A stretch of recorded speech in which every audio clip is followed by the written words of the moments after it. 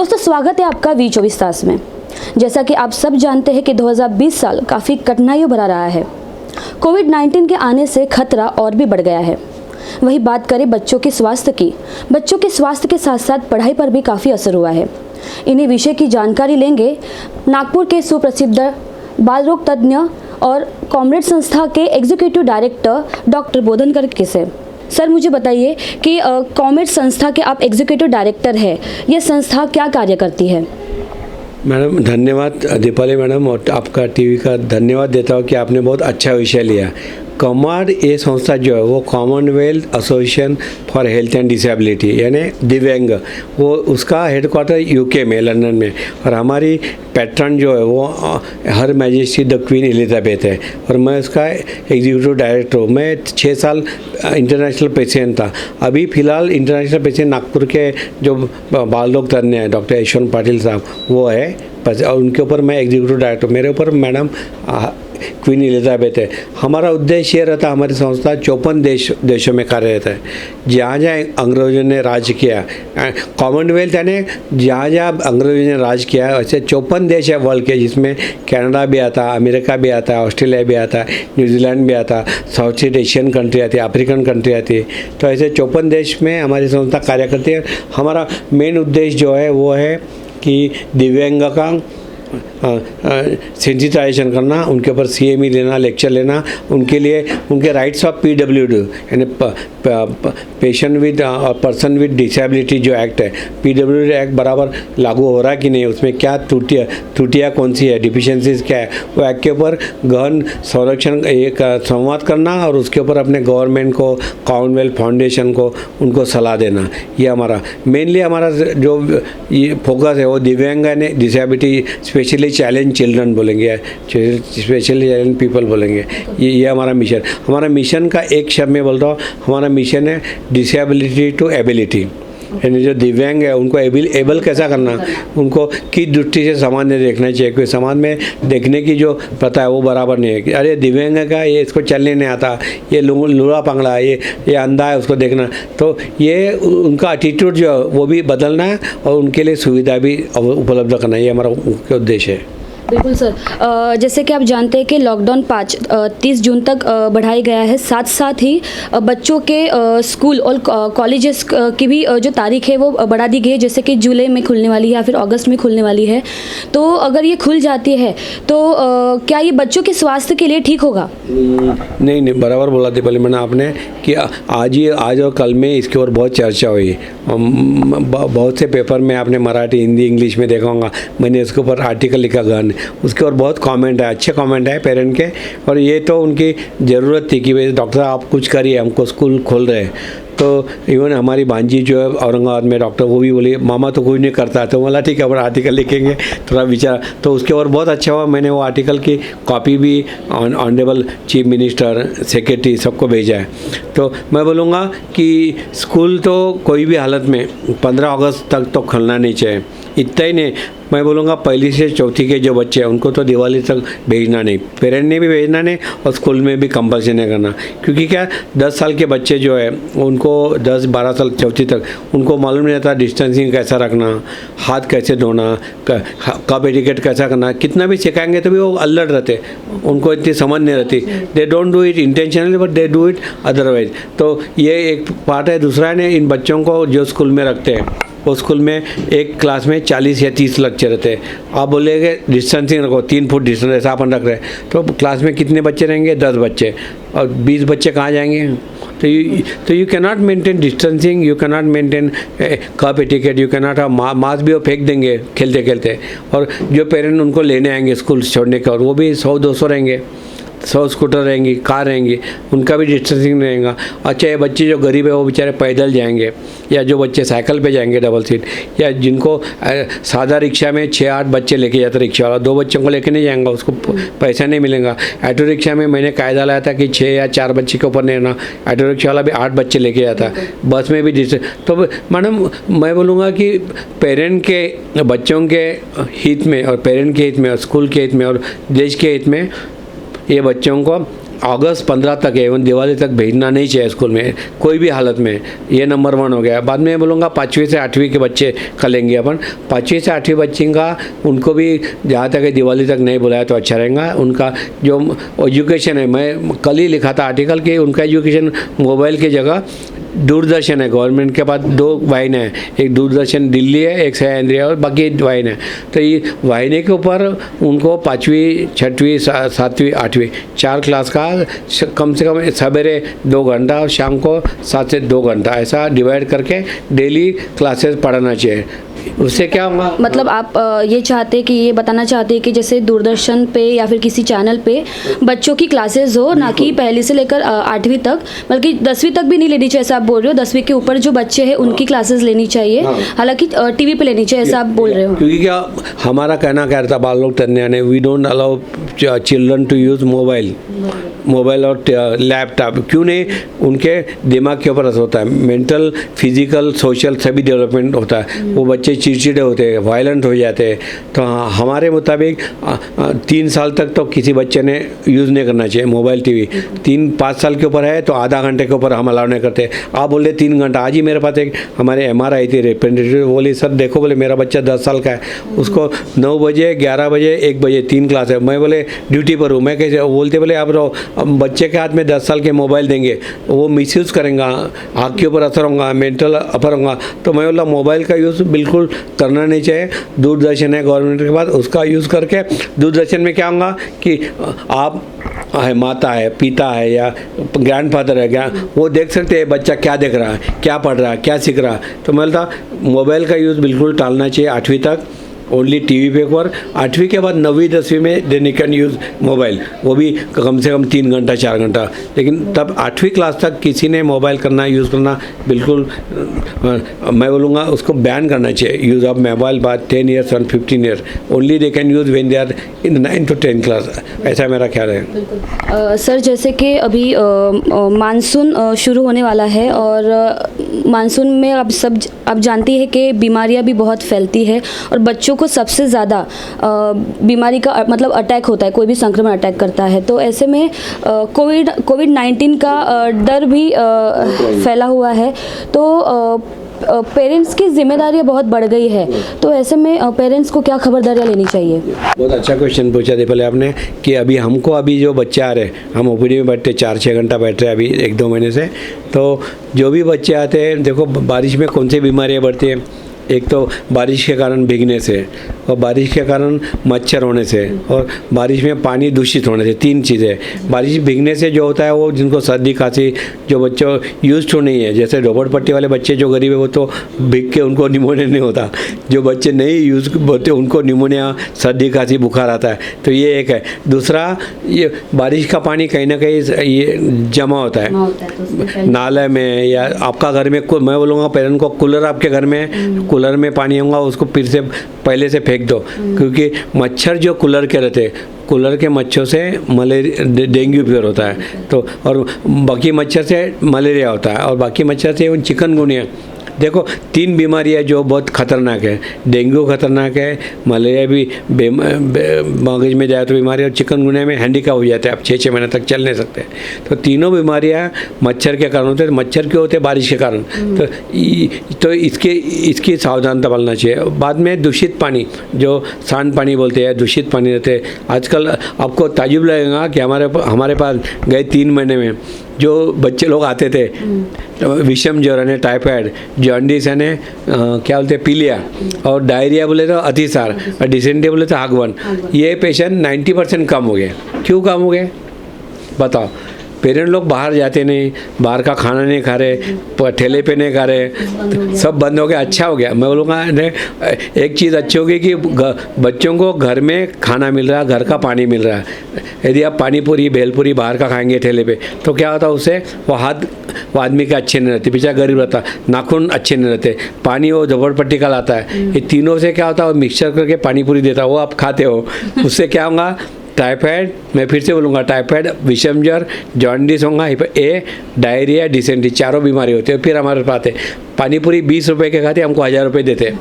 तो यानी और बाद में मेडिसिन लेते हैं, यानी देखो 1500-2000 में 20 रुपए की पानी पूरी पड़ती है। तो मेरी आपके दूरदर्शन के चैनल के द्वारा ये विनंती है कि आप जो कर रहे हैं अभी वैसे करिए, घर में रखिए, बच्चों को स्वस्थ रखें, घर का खाना खिलाए, बाहर का खाना मत खिलाए, घर का पानी दो, बाहर का पानी मत दो। उनके हैंड वॉशिंग जो चालू है बहुत अच्छा किया है, कोरोना की वजह से बोला जो भी हैंड वॉशिंग का जो अपना किया कि हाथ धोना खाने के पहले, खाने के बाद, और नेल कटिंग, ये 4 चीज़ें किया तो आपका बच्चा बिल्कुल बीमार नहीं होगा, और उसको परवरिश अच्छी होंगी और वो बीमार नहीं पड़ेगा, डॉक्टर के पास जाना नहीं पड़ेगा। और मच्छर के कारण जो होता है उसके बताऊँगा कि मच्छर के कारण आपका जो बच्चे हैं उनको बारिश में कंप्लीट कवर करने वाले कपड़े पहनना, ऐसा हाफ शर्ट पहनेंगे तो मच्छर काट सकता है।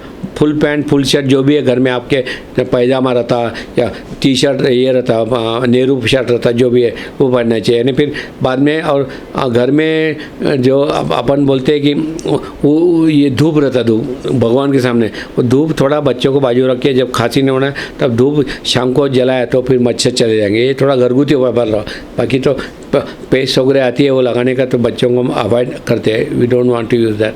मैं इतना मैं बोलूँगा पेरेंट के लिए कि पानी, दूषित पानी नहीं देना चाहिए, मच्छर से बचा करो, बारिश में भिगाओ मत और बाहर मत लेके जाओ, तो आपको 99% आपका बच्चा स्वस्थ रहेगा, तंदुरुस्त रहेगा। मेरे पास या कोई डॉक्टर के पास जाने की ज़रूरत नहीं पड़ेगी।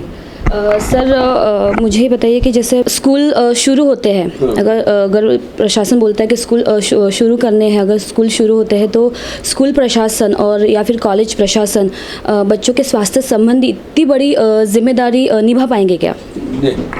एक्चुअली आपने अच्छा क्वेश्चन पूछा। ये क्वेश्चन अपन दिखाएंगे ऑनरेबल मुख्यमंत्री साहब को कि देखो स्कूल आजकल बहुत से स्कूल तो कॉर्पोरेशन ने लिया है कोविड के लिए, कोविड-19 के लिए।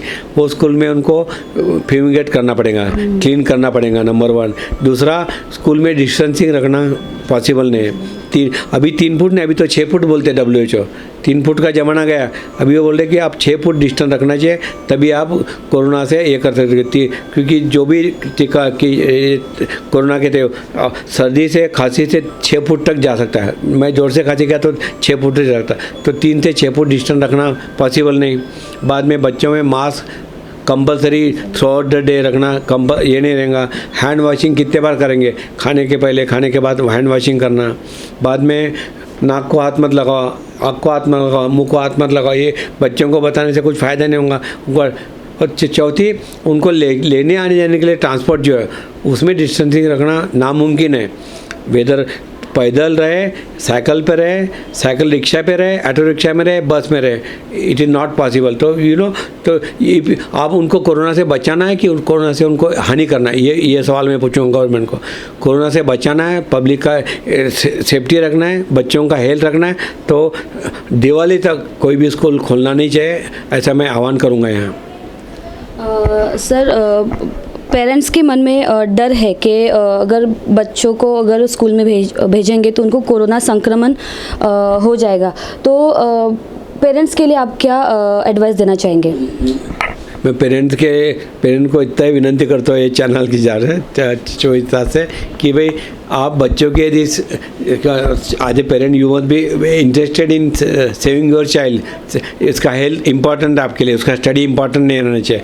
यदि उसके हेल्थ इंपॉर्टेंट है आपके लिए तो मैं बोलूँगा उनको स्कूल में मत भेजिए। नंबर 1, अगस्त तक 15 या दिवाली तक मत भेजो, 8वीं 9वीं तक, जब तक अपने यहाँ कोरोना का संक्रमण कंट्रोल होगा और जब तक वैक्सीन और ड्रग की बात नहीं कर रहा हूँ कि वैक्सीन आने की चांसेस नवंबर दिसंबर में है कि नहीं, मैं अभी बोल नहीं सकता हूँ, रिसर्च चल रहा है। नंबर 2 बोलूँगा कि आप उनको मोबाइल का भी यूज़ मत करने दो। 10-15 साल तक बिल्कुल मोबाइल पे उनका होगा तो क्लास उनको बोलना कि हम मोबाइल नहीं यूज़ करेंगे, स्कूल को बोल दो। 4वीं साल तक तो बिल्कुल मत करो, उनको खेलने दो, कूदने दो, उनको कहानियाँ सुनाओ, दादा दादी है नाना नानी से बात करने को दो। उनको जो चैनल, जो साइंटिफिक चैनल है, जियोग्राफिक चैनल है, जो अच्छे चैनल है जिसमें कुछ अपने संस्कार दिखाते हैं वो दिखाओ। कार्टून चैनल है तो 15 मिनट दिखाओ। देखो टीवी का भी या कोई भी स्क्रीन टाइम जो बच्चों को दिया हमने वो आधा घंटे दिया, आधा 1 घंटे के ऊपर नहीं देना पर डे। तो उतना टाइम दे के उनको एडिक्शन मत कराओ, नंबर 1। दूसरा, चौथी से 8वीं 5वीं से 8वीं तक जो बच्चे, उनको आप बोले दूरदर्शन पे रिक्वेस्ट किया है मैंने, hopefully government will do. Otherwise एक उनको जो भी आप टैब देंगे उसके ऊपर आपका कंट्रोल होना चाहिए। उनको वाईफाई देंगे तो यही देखिए कि उस टाइम में जो 2 या 3 घंटे, तब वो आपके सामने आपके अंडर सुपरविजन टैब देखना चाहिए और वही देखना चाहिए जो पढ़ा रहे। इसके बाद ये आपको सावधानता बरतना इंपॉर्टेंट है कि आज के ज़माने में where everything is available on wifi on internet, तो one can not give guarantee कि आपका बच्चा पढ़ाई कर रहा है कि दूसरी कुछ चीज़ देख रहा है जो उसने देखना नहीं चाहिए। ये बहुत हमारे पास बहुत बच्चे आते हैं, पेरेंट आते हैं कि सर ये देखो 5वीं 6वीं में ये, लेकिन आजकल ये ऐसे फिल्म देखता है जो इसने देखना नहीं चाहिए, पोर्नोग्राफी टाइप। तो इवन 6वीं 7वीं वाले बच्चे लोग आजकल ये कर रहे हैं बिकॉज दे आर एक्सेसिबल। तो मेरे को लगता है बहुत बड़ी समस्या है मेंटल और फिजिकल डेवलपमेंट में। तो मेरे को लगता है इसमें आपने ध्यान बहुत सावधानता बरतना चाहिए। जो पेरेंट काम कर रहे हैं, दोनों भी काम कर रहे हैं, तो इस वक्त दादा दादी नाना नानी किसी के तो भी अंडर सुपरविजन, मामा मामी है, मौसी है, जो भी आजू बाजू वाले नेबरस लोग हैं, उनको बुला के भाई इनका पढ़ाई ले लो, आप देखो 3 घंटा क्या करता क्या नहीं, उसका सुपरविजन करना बहुत इंपॉर्टेंट रहेगा। नहीं तो आप करेंगे एक और होगा अलग, वो they will become addicted to other thing than पढ़ाई। तो ये बहुत इंपॉर्टेंट संदेश देना चाहिए पेरेंट को। तो और तीसरा, जो बच्चे 9वीं 10वीं में, उनको ठीक है, उनको मैट्रिक की परीक्षा है, उनका करियर का परीक्षा है, तो उनको यदि जा सकते हैं अगस्त 15 के बाद वगैरह, तो they have to maintain distancing in coaching classes also. Coaching class में डिस्टेंसिंग नहीं मेंटेन करेंगे तो उनको बोलना सॉरी 200 बच्चे का क्लास में रहते हैं, तो उनको बोलना आप 50-50 की बैच लो, 4 बार लो, हम 200 में भेजेंगे नहीं, ऐसा बोलना। आप you start dictating the teacher, you start dictating the principal, you start dictating the school authority, and as a parent you have got right to ask also the honourable chief minister and education minister कि नहीं sir, हम अपने बच्चे की सेहत का पहले ख्याल करेंगे, आप भी करते हैं, तो हमको सेहत के लिए स्कूल में जाना नहीं, मोबाइल यूज़ नहीं करना है, टैब जब यूज़ करेंगे तब हमको जब टाइम है तब होना चाहिए, तो शाम को या रात में। और टीवी दूरदर्शन पे मैं जब अध्यक्ष था भारतीय बाल रोग तज्ञ संगठन का 1994 में, तब मैंने गवर्नमेंट ऑफ इंडिया को एक सुझाव दिया था। तब एक ही चैनल था हमने दूरदर्शन, तो मैंने बोला था कि आप किड्स चैनल यानी कैलिडोस्कोपिक इनोवेटिव दूरदर्शन, इसका मैंने नाम लिखा था kaleidoscopic innovative Doordarshan channel, kids channel. वो मैंने honourable prime minister Indira Gandhi को लेटर, मेरे पास है कॉपी दिखाओ, तो प्राइम मिनिस्टर को लिखा था, प्रेसिडेंट ऑफ इंडिया को लिखा था। हमारी बहुत उसमें इच्छा थी कि आप 6 से 8 बजे जो बच्चे लोग खेलना चाहिए, मैं बोलूँगा हर बच्चे ने अभी तो नहीं, बाद में खेलना इम्पोर्टेंट है, 1 घंटा खेलना चाहिए, तभी उनकी तंदुरुस्त रहेंगे। तो 7 से 9 बजे ऐसा ये रखो, 1 घंटा आधा घंटा कि 7 से 8 बजे की जब क्या आप रामायण महाभारत है, जो भी रिलीजन है, हिंदू मुस्लिम सिख बुद्ध ऐसे, उनके अच्छे जो चीज़ है वो बता, उनके ऊपर संस्कार इंपॉर्टेंट है। बच्चा का सिर्फ पढ़ाई नहीं करना चाहिए, उसकी पर्सनैलिटी डेवलप होना चाहिए, वो एक अच्छा नागरिक होना चाहिए भारतीय, वो इम्पॉर्टेंट है। अच्छा बच्चा ने ऐसा नहीं कि वो पढ़ाई में अच्छा है तो अच्छा है, उसके बाद संस्कार क्या डाले अपने टीचर, कि बच्चा जब छोटा रहता है 3 साल का, तो सबसे पहले संस्कार कौन डालता है? माँ बाप। वो जैसे बर्ताव करेंगे, जैसा उनका बिहेवियर रहेगा, उसका पूरा इम्पैक्ट होता है। वो दूरदर्शन पे क्या देखते हैं वही बच्चा देखे, बोला आप तो ये देखते हैं, मैं भी वो देखूँगा, मारपीट हो गया, खून खराबी होगा, देखना नहीं चाहिए। आपको जब भी दूरदर्शन पे देखना है तो आप रात के बच्चा सोने के बाद 9-10 बजे के बाद देखना, उनके सामने साइंटिफिक चैनल, संस्कार चैनल देखना चाहिए, दूरदर्शन चैनल जिसमें अच्छा है, या कार्टून चैनल आधा घंटा। दूसरा बोलूँगा मैं कि ये हो गया, और दूसरा भी बोलूँगा पेरेंट को ये एडवाइस कि भाई बच्चों में संस्कार के सिवा एक्सरसाइज इंपॉर्टेंट है। जैसा बच्चे 5 साल के ऊपर है, उन्हें योगा, सूर्य नमस्कार, दंड बैठक, ये सब होना चाहिए। आधा घंटा से 1 घंटा एक्सरसाइज करना महत्व है, बाद में आधा से 1 घंटा उन्होंने खेलना चाहिए। और इसके अलावा मैं बोलूँगा आपके चैनल से एक अच्छा आपने मौका दिया, आहार के बारे में बोलूँगा, उनका संतुलित आहार होना चाहिए। माँ का दूध तो सब बच्चे पीते हैं, अच्छा है। अब आज तक हमने तो 6 महीने से 2 साल तक माँ का दूध किया है, 2 साल तक कर सकते हैं। उसके अलावा पूरक आहार 6 महीने के बाद देते हैं। अब पूरक आहार में चावल, दाल, खिचड़ी, रोटी, सब्जी आना चाहिए, पथीने आने चाहिए, मोड़ अंकुरित वो देना चाहिए, सलाद देना चाहिए। उनको किस चीज़ से दूर करना चाहिए? Cadbury, chocolate, cold drink, junk food से दूर रखना चाहिए। क्या देना फिर? घर में शरबत रहता है, नींबू शरबत अच्छा रहेगा, विटामिन सी मिलता है। पना अभी आएगा, धूप का पना दे सकते हैं। छाछ दे सकते हैं दही का। ये अपना इंडियन जो चीज़ है वो देना चाहिए। आप फॉरेन की चूज़ क्यों देते हैं? कोल्ड ड्रिंक देना चाहिए। Cold drink is very harmful. जैसे कि सर अभी जैसे अभी कोरोना जैसे कोविड-19 की वैक्सीन अभी तक आई नहीं है, तो ऐसे में कोरोना के साथ जीवन व्यतीत करना है, तो बच्चों को पढ़ाई के साथ साथ और कौन सी चीज़ों पे ध्यान देना चाहिए? बराबर, अच्छा क्वेश्चन है। देखो आपने ऐसा बोला कोरोना के साथ जीना सीखना चाहिए, बराबर है। We have to love and live with corona. We don't love corona but live with corona. तो मैं बोलूँगा बच्चों ने और माँ बाप ने ख्याल रखना चाहिए कि जो चीज़ें अभी तक आप कर रहे थे वही चीज़ें कम से कम 3 से 6 महीने तक करना है। मेनली हैंड वॉशिंग 20 से 30 सेकंड दोनों हैंड वॉश। जो भी साबुन है घर में, साबुन इंपॉर्टेंट है, स्पिरिट और सैनिटाइजर की इंपॉर्टेंट है। साबुन अच्छे से फ्रेश आने के बाद जो बताया था ऐसा करके, जो बताया वैसा वो पूरा करके 20 सेकंड खाने के पहले, खाने के बाद, बाहर से आने के बाद, बाहर जाने के बाद 4 या 6 बार जैसे भी होगा। और एक ख्याल में रखना उसमें, आप जब टैप खोलेंगे पहले बार, बाद में टैप बंद करना क्योंकि पानी वेस्ट नहीं होना चाहिए। ये मैं बोल रहा हूँ पेरेंट को। वो टैप खोल के 20 सेकंड रखेंगे तो पानी चले जाएगा। टैप खोल दो, हाथ गीला करो, बंद करो टैप, बाद में 20 सेकंड करो, बाद में टैप खोलो। ये नंबर 1। दूसरा, फेस मास्क बाहर में जाते होगा तो हर एक वेदर मार्केट में जाएंगे, स्कूल में जाएंगे, बस में जाएंगे, कहीं भी जाने, मॉल में जाएंगे, शॉपिंग सेंटर में जाएंगे, बगीचे में जाएंगे, तो मास्क कंपलसरी। अभी जब तक WHO वर्ल्ड ऑर्गेनाइजेशन बोलती नहीं, अभी ये अपना कोविड का जो 0 आता नहीं, या अपने इसमें हर्ड इम्यूनिटी बोलते हैं, यानी हर एक 70% 60% लोगों को यदि सब इन्फेक्शन हुआ, सब क्लिनिकल विदाउट इवन सिम्टम, तो अपने में इम्यूनिटी आ गई नेचुरल। ऐसा जब तक नहीं होता, कम से कम 2 से 3 महीने तक ये पालना चाहिए। दूसरा मैं बोलूँगा कि ये जो आदत होती है अपने को, नाक में हाथ लगा, मुंह में हाथ लगा, ये आदत टालना चाहिए बच्चों ने। पेरेंट ने भी खेला, अरे बेटा हाथ डांटना नहीं, बेटा हाथ नीचे रख, हाथ ये रख, मास्क लगा बेटा, बाहर ऐसा। पेरेंट ने भी रखना चाहिए, टीचर ने भी लगाना चाहिए, बच्चों ने भी लगाना चाहिए, ये बोलूँगा। और तीसरी, इनका इम्यूनिटी बूस्टर करने की जो बात आपने बोला था कि और क्या करना चाहिए, मैं बोल जैसा उन्होंने बोला रेस्पिरेशन एक्सरसाइज यदि किए बच्चों ने, इवन पेरेंट ने, प्राणायाम बना, योगा या श्री रविशंकर का सुदर्शन क्रिया, तो आपकी ब्रीदिंग जो कैपेसिटी है वो बढ़ती जैसा। तो ये यदि किया बच्चों ने 5 साल के ऊपर, जो मैं भी परसों उनको पूछा था एक सेशन में कि कौन से बच्चे कर सकते प्राणायाम में, तो 5 साल के ऊपर कौन से एज के बच्चे सब कर सकते हैं? 5 साल के ऊपर सभी योगा कर सकते हैं, प्राणायाम कर सकते हैं, सभी कर सकते हैं। और इसके अलावा जो अपने आयुर्वेद में जो अपने we must respect every pathy, और इंडियन आयुर्वेदा अच्छा है, इंडियन होम्योपैथी भी अच्छा है।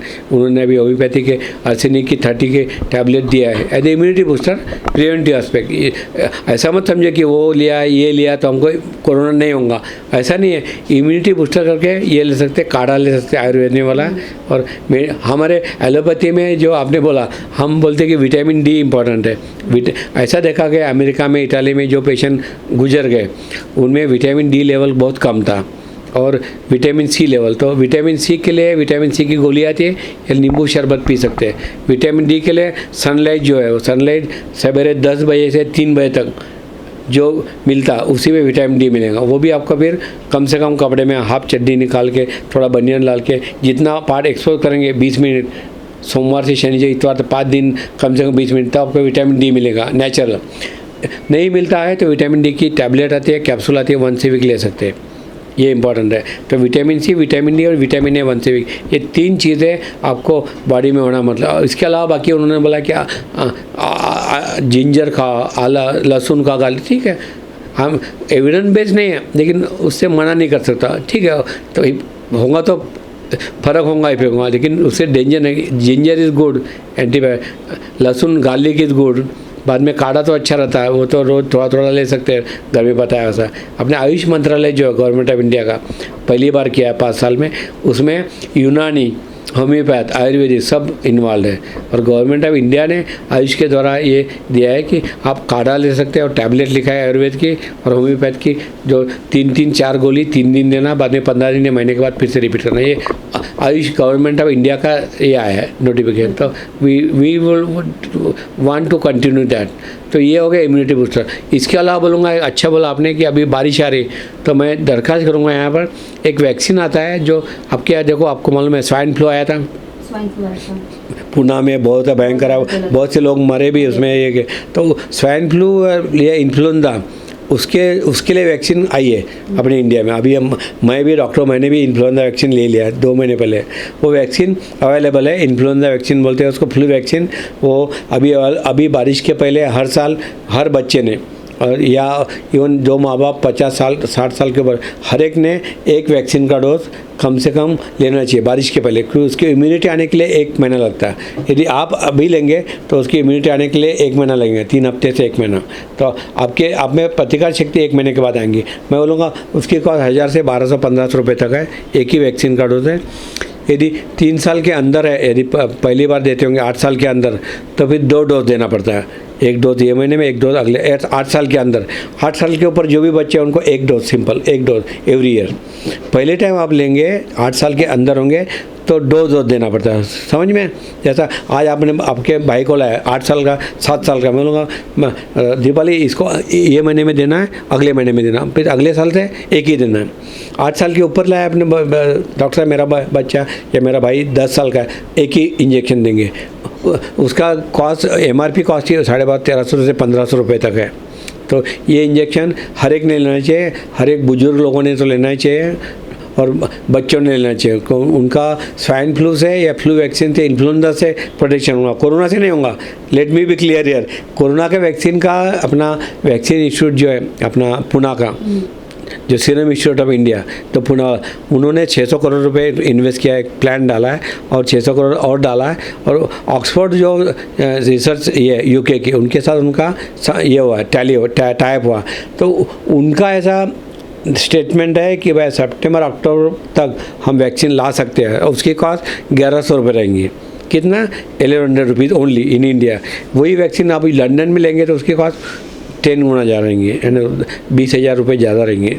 तो मैं लेटेस्ट होप की वैक्सीन आएगा, दवा आने के चांसेस कम है। दवा तो अभी बहुत रिसर्च चालू है, एंटीवायरल ड्रग दे रहे, कोई एंटी मलेरियल ड्रग दिया, एंटीबायोटिक दिया, लेकिन कोई भी ऐसा एविडेंस नहीं आया कि ये मेडिसिन देने से कोविड-19 का इफेक्ट नहीं होगा या कम होगा, या ये मेडिसिन देने से बचा हुआ ऐसा। तो मतलब अब BCG के ऊपर भी हुआ था। BCG अपने इंडिया में सब लोग लेते, TB किलर्स, मेरे यहाँ भी लिया। जिन लोगों को BCG की TB किलर दिया उनमें इसका प्रभाव कम होता है, ऐसा उनका कहना है। इसलिए इंडिया में जो अपने 5000 लोग मरे सिर्फ, अमेरिका में 1.5 लाख के ऊपर गए। अमेरिका में BCG लेते नहीं, दे डोंट गिव BCG। तो ऐसा एक ख्याल रहा कि BCG वैक्सीन प्रोटेक्ट कर रहे हैं, कि वेदर कर रहा है, कि जेनेटिक प्रीडिस्पोजिशन है, कि अपनी आदत है कि अपने एक्सपोज होते हैं वायरस को अपन ऑफ एंड ऑन इंडियन, ये सब चीज़ें रिसर्च में है। उसके ऊपर कमेंट करना बोले तो only thing what I will say is stay home, stay safe, घर में रहो, तंदुरुस्त रहो, दादा दादी नाना नानी माँ बाप के साथ खुश रहो और अच्छे रहो, और अपने माता पिता से संवाद साधो। वो नहीं साधे तो उनको बोला मेरे साथ बात करो। संवाद साधना इंपॉर्टेंट है, TV देखना इंपॉर्टेंट नहीं, TV ज़्यादा मत देखो, मोबाइल और यूज़ मत करो, मोबाइल टैब यूज़ मत करो, ज़्यादा कम्युनिकेशन करो पेरेंट के साथ, माँ के साथ, दादा दादी नाना नानी। You are very lucky in India कि आपके साथ न्यूक्लियर फैमिली, जॉइंट फैमिली है। तो ये सब करेंगे तो बच्चे लोग, आप योगा भी करना, एक्सरसाइज भी करना, और हेल्दी डाइट खाना, और तंदुरुस्त रहना और मस्त रहना, और भारत के अच्छे नागरिक बनना, ये बोलूँगा मैं। धन्यवाद। सर इसके अलावा मेरा लास्ट क्वेश्चन ऐसा रहेगा कि इसके अलावा हेल्थ रिलेटेड कौन सी चीज़ें आप पेरेंट्स को बताना चाहेंगे, जैसे कि अभी कोविड-19 का चल रहा है, तो इसके अलावा हेल्थ रिलेटेड और कौन सी चीज़ों पे पेरेंट्स को ध्यान देना चाहिए? ठीक है ना, ये अच्छा क्वेश्चन है कि कोविड-19 तो सबको मालूम है, इतने मीडिया पे देखा है, मोबाइल पे देखा है, पेपर में आता है, तो उसके बारे में ज़्यादा बोलना नहीं। सिर्फ prevention is better than cure. मैं बोलूँगा जैसा बारिश जो आ रही है अभी, तो धूप काले में, तो अभी धूप काला जा रहा है, तो धूप काले में जो बीमारी थे वो हाई फीवर की थे, हाइपर पैरेक्सिया बोलते, 105 100, और बच्चों में झटके भी आते हैं। तो इसलिए हम बोलते थे कि आप बच्चों को धूप काले की बात करो, अभी धूप काला और रहेगा, धूप काले में बच्चों को बाहर निकालना नहीं, सवेरे 8-9 बजे के बाद से 7 बजे तक धूप। तो एक तो धूप काले में सनस्ट्रोक होता है, हाइपर पैरेक्सिया होता है, और डिहाइड्रेशन होता है। डिहाइड्रेशन में पानी कम होना, तो निर्जलीकरण बोलते हैं। मैं बोलूँगा बच्चों को पानी बहुत देना चाहिए पीने के लिए, पानी बोलना या जूस बोलना, जूस है तो जूस, या तो छाछ देना चाहिए, नींबू शरबत देना चाहिए, नारियल का पानी यदि अफोर्ड कर नारियल का पानी देना चाहिए। तो ये दिए तो उसको डिहाइड्रेशन नहीं होगा, बाहर लेके नहीं जाएंगे तो सनस्ट्रोक नहीं होगा, हाइपरपाइजिया नहीं होगा। ये हो गया धूप का लगे। अभी अपन आते हैं, अभी बारिश चालू हो जाएंगी, 7 दिन अभी चालू हो गया ऑलरेडी। बारिश में मैंने जैसा बताया था, बारिश में उनको यदि काम नहीं है, कोई फंक्शन कोई जाना है, कोई मैरिज के लिए, तो मुझे लगता है बच्चों को लेके मत जाओ। आप दोनों जन जाओ, एक जन जाओ, बच्चों को घर में रखो। कोई भी फंक्शन में या मॉल में जाना है कुछ लाने के लिए मार्केट में, तो कम से कम बच्चों को एक्सपोज करो कि बारिश से उनको सर्दी खांसी निमोनिया हो सकता है। इतना ही नहीं, बाहर का यदि पानी पिएंगे बारिश का ये दूषित, तो दूषित पानी से जो मुशमजर होता है, टाइफाइड होता है, जॉन्डिस होता है, पीलिया होता है, डायरिया बोले तो अतिसार होता है, डिसेंट्री होता है बोले हागवन यानी ब्लड म्यूकस आता है, ये सब बीमारी हट जाएंगी। चौथी में बोलूँगा कि आपके घर आप एक सुजान नागरिक हो, तो ऐसा नहीं कि कॉरपोरेशन ने स्वच्छता रखना चाहिए। आप खुद आपके घर के और घर के आजू बाजू की स्वच्छता आपकी जिम्मेदारी है, कॉरपोरेशन की तो है लेकिन आपकी जिम्मेदारी है। आपका घर स्वच्छ रहे, सुंदर रहे और निरोगी रहे, उसमें मच्छर नहीं रहे। जैसा आप कूलर है या कोई पॉट है या टायर ट्यूब का रहता है, उसमें पानी जहाँ पर भी पानी साचा हुआ वहाँ पर मच्छर आएंगे और मच्छर से मलेरिया, डेंगू फीवर और चिकनगुनिया हो सकता है। तो यह भी आप करना चाहिए पेरेंट ने। और बाद में बोलूँगा बच्चों के हाथ धोने, आप भी खुद बाहर से आते ऑफिस से, तो आप बाहर रखना चाहिए। आपके जो चप्पल है, जूते बाहर घर के बाहर रखना चाहिए। और बाहर है नहीं, बाहर के रूम में तो भी यदि बाहर नहीं होगा तो। बाद में हैंड वॉश इम्पॉर्टेंट है। पैर अपन घर में बोलते थे, हमारे बचपन में मेरे को बोलते थे, उदय तुझा हाथ दे धुतला का जेवाल नहीं बना। यानी without washing my hands and feet I was not allowed to go to the God and to say prayer and then to have my मील।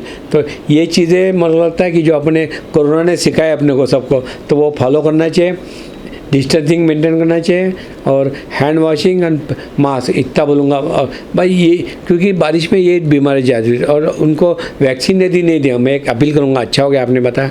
अभी गवर्नमेंट का ऐसा रिपोर्ट है कि गए 2 महीने में क्या हो गया, लोग डर के मारे डॉक्टर के पास नहीं जा रहे। तो वैक्सीन यानी प्रतिबंधक लस जो है उसमें बहुत गिराव आता है। जो हमारा 80% था वो अभी 40% पे है। तो जो बच्चों को वैक्सीन देना है, इम्यूनाइजेशन, वो उन्होंने कंटिन्यू करना चाहिए। पोलियो हो गया, ट्रिपल हो गया, टाइफाइड की लस हो गया, बाद में गोवर की हो गया, मीजल MMR हो गया, बाद में इन्फ्लुएंजा वैक्सीन हो गया। ये पूरे वैक्सीन इंपॉर्टेंट है। आपके बच्चे का तारीख आ गया होगा तो डॉक्टर को फ़ोन करके अपॉइंटमेंट करके जाओ। डॉक्टर क्या है भी हमने जैसा आपने देखा होगा सोशल डिस्टेंसिंग हमने रखा। अपॉइंटमेंट लेके 15-15 मिनट में आधे घंटे में एक पेशेंट आया, तो वहाँ गर्दी भी नहीं होंगी। और हमने यहाँ पर ये क्या किया, हमने इधर के 3 रूम है वो वैक्सीन के लिए रखे, इधर के 4 रूम हमने बुखार सर्दी खांसी के लिए रखा। यानी जैसा बच्चा आता वहाँ जाता, उसका टेम्परेचर लेते, SpO2 लेते, फिर जाता, फिर मेरे पास आता, वैक्सीन है बोला ठीक है, वजन ठीक है 3 फुट से, फिर उसको वो रूम में लेके जाके वहाँ वैक्सीन देते, आधा घंटा बैठने को बोलते, क्योंकि वैक्सीन देने के बाद आधा घंटा बैठना इंपॉर्टेंट है। मतलब ये मेरा अपील रहेगा आपके चैनल से कि आपका वैक्सीन इम्यूनाइजेशन आप कंटिन्यू करो। Don't make a break because immunization is very important. आपका बच्चा कोविड के कारण तो बच सकता है, लेकिन बाकी यदि डिसीज़ हो गया, पोलियो हो गया, डिप्थीरिया हो गया, पर्टुसिस हो गया, टिटेनस हो गया, टाइफाइड हो गया, तो उससे उसको हानि हो सकती है। इतना मैं कहूँगा। डॉक्टर उदय बोधनकर ने हमें बहुत अच्छी और सावधानियां बरतने वाली हमें नॉलेज वाली बातें बताई है। मैं आशा करती हूँ कि V24 के माध्यम से सभी पेरेंट्स अपने बच्चों के लिए ये सारी जो जानकारी दी है वो फॉलो करेंगे, अपना रूटीन, अपना लाइफस्टाइल चेंज करते हुए डॉक्टर बोधनकर के कहे हुए बातों पे वो गौर करेंगे। और इसी के साथ मैं V24 से मैं रिंकू पांताव ने आपसे विदा लेती हूँ।